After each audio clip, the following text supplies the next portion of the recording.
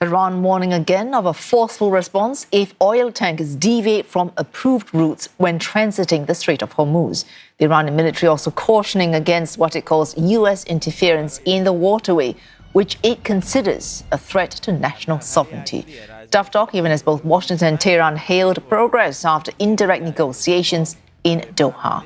The next meeting will take place after a 6-day funeral for the late Iranian supreme leader. Ayatollah Ali Khamenei was killed in the first round of U.S.-Israeli strikes that started the war in February. Iranian state media reporting attendance from more than 30 nations, with Pakistan's Prime Minister confirmed he will attend, and China sending the vice chair of its top lawmaking body. Kate Fisher for CNN joins us live from Washington, D.C. Kate, control of the strait clearly very much an issue for both sides.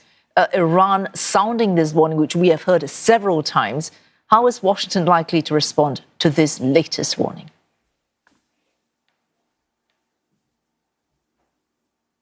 Well, I think probably in the same way that it has responded in the past by Donald Trump, the president, saying that that is not acceptable, that these waterways, the Straits of Hormuz, are international and they should be free for any nation to transit.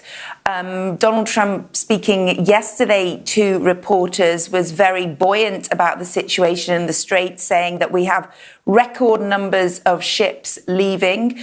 We know that around 35 ships have transited there in the last 24 hours. And it is really important, of course, to the US president that continues to increase. He knows that domestically, the cost of filling up your car at the gas station is really important to American voters, and he knows he needs to keep those fuel prices low, especially ahead of the midterm elections coming up in November. So keeping free transit through the strait is vital for the US president, and the Iranians know that, of course, and that is why they know they can use this as leverage to try to put pressure on the Americans at the negotiating table.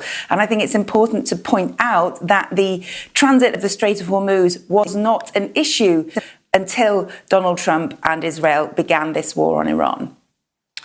All right. Pakistan, one of the mediators, pointing to talks again, indirect or direct, otherwise starting after the funeral of the Iranian supreme leader, former supreme leader. What will these next rounds likely to be focusing on, given that we have not moved at this point beyond just square one?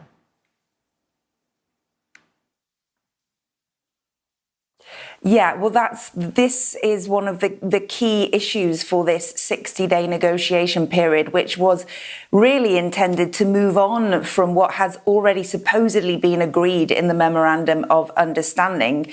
But we are still, it seems, kind of bogged down in the detail of the clauses of the Memorandum of Understanding about things like passage through the Strait of Hormuz, which was kind of supposed to have been dealt with, at least for this 60-day period. But it appears that negotiators are kind of stuck in the clauses of this document rather than looking ahead to a wider and more durable peace agreement to end this conflict.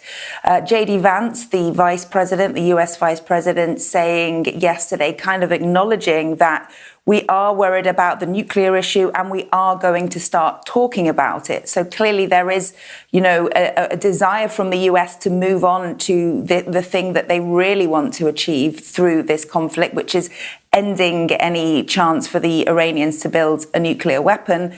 But at the moment, as you say, they are still stuck in the weeds of what was supposed to already have been already sorted out in the Memorandum of Understanding. So I think we're going to see more talk on the Strait of Hormuz in these next rounds. And of course, the Iranians are going to be pushing for those frozen assets to be released so that they have a greater access to funds.